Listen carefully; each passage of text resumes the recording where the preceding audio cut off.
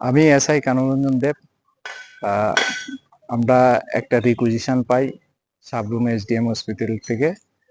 তো ওইখানে ওই রিকুইজিশন মূলে আমরা আসি। এখানে একটা আনন্যাচারাল ডেথ কেস আছে, ব্রড ডেথ। তো ওই পরিপ্রেক্ষিতে আসে আমরা তদন্ত শুরু করি।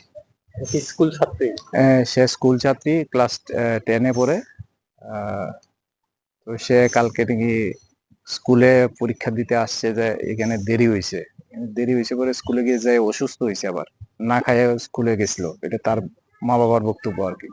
তো ওইখান থেকে স্কুলের টিচাররা তার গার্জেনদের ইনফর্ম করছে, তারপরে অসুস্থ যেহেতু তারা হসপিটালে আনছে, হসপিটালে অ্যাডমিট ছিল।